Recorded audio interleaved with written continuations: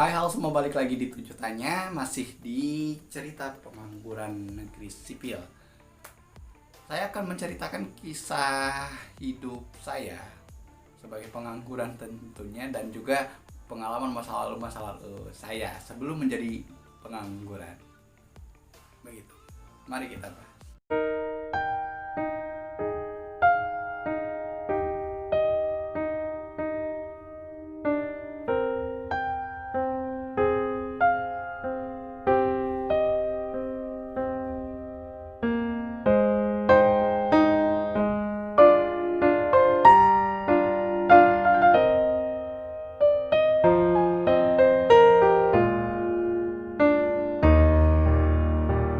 Saya akan memberikan disclaimer.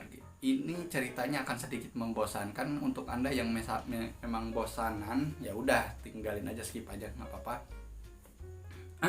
Tetapi untuk Anda sesama pengangguran, barangkali ini menjadi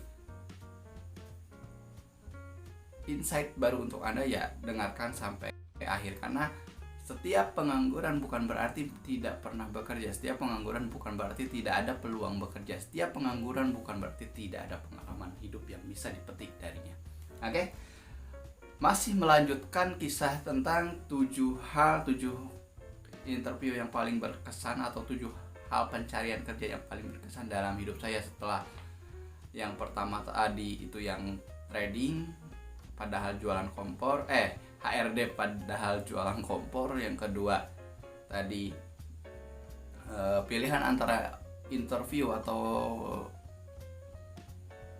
pulang kampung karena keluarga meninggal. Dan sekarang yang ketiga adalah wawancara atau tes di sebuah perusahaan retail. Nah, karena tidak mendapatkan keberuntungan yang baik di kota, akhirnya saya kembali ke kampung. Ya sudahlah, mau di kampung aja gitu kan, mau kerja apapun lah, yang penting kerja gitu. Akhirnya saya itu mulai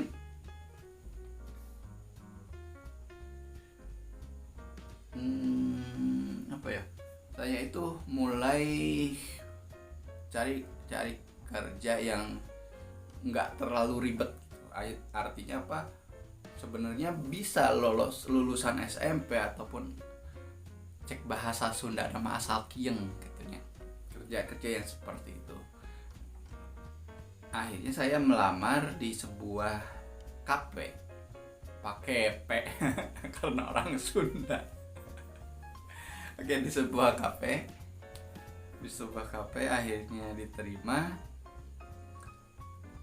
Ya diterima karena tanpa banyak seleksi. Lagi pula itu formalitas saja, yang penting bisa disuruh-suruh. Terus juga, dan ironisnya saat itu saya juga nggak terlalu ngerti harus ngapain gitu. Belum ada gambaran, belum ada referensi kalau kerja di kafe itu seperti apa gitu.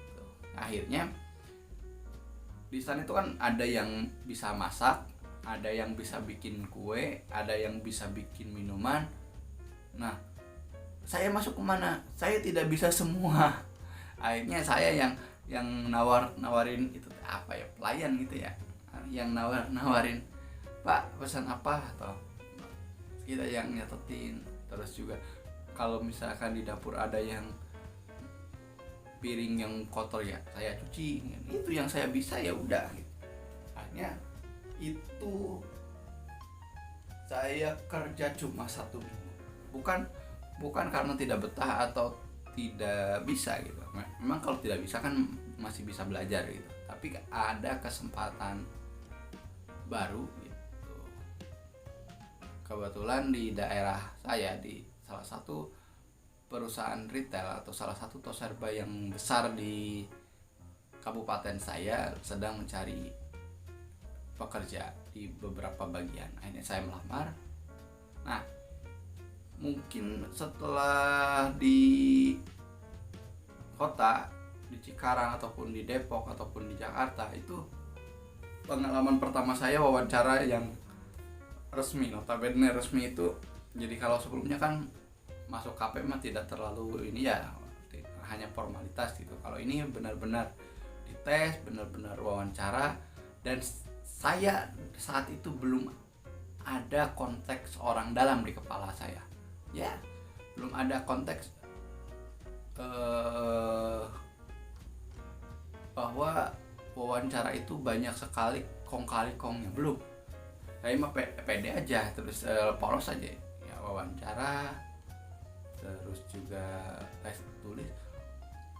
Lucunya di antara 3 orang pewawancara itu, pas bagian saya itu pas bagian yang pewawancaranya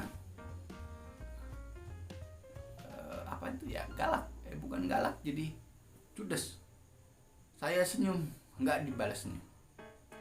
Saya manggut-manggut, biasa aja, lempeng. Terus juga dia nanya, lempar satu pertanyaan, nggak bereaksi apapun. Jadi saya sendiri bingung bagaimana kita menjawab atau bagaimana kita merespon dari pertanyaan-pertanyaan ataupun lontaran-lontaran kalimat dari beliau gitu. Nah, seiring waktu, kalau di posisi sekarang ternyata saya bisa mengkritisi. Memang setiap orang ya bebas mau cara wawancara macam apapun, tapi kayaknya kurang aja gitu kalau misalkan pewawancara terlalu killer, terlalu galak begitu. Ya wawancara itu yang mengalir aja, kalau menurut saya ngobrol aja gitu. Interview itu yang ngobrol, bagaimana A dan B ini bukan interogasi. Kalau interogasi kan memang ada tekanan dari salah satu pihak. Kalau ini kan enggak gitu kan. Ini untuk jadi karyawan kita, untuk jadi rekan kerja kita, untuk jadi bagian dari kita. Masa seperti itu sih gitu. Kalau dari sudut pandang saya sekarang atau beberapa tahun berikutnya setelah hari itu. Dan terbukti karena proses wawancaranya juga yang saya tidak nyaman gitu. Saya tidak diterima. Ketika pengumuman tersebut saya tidak diterima. Saya kecewa. Berarti akan panjang sekali hari-hari saya di KP ini, karena saat itu masih di KP dan tidak mengundurkan diri.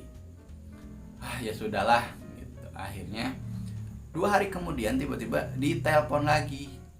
Rupanya ketika saat itu ada 7 yang diterima, saya ini peringkat ke-8.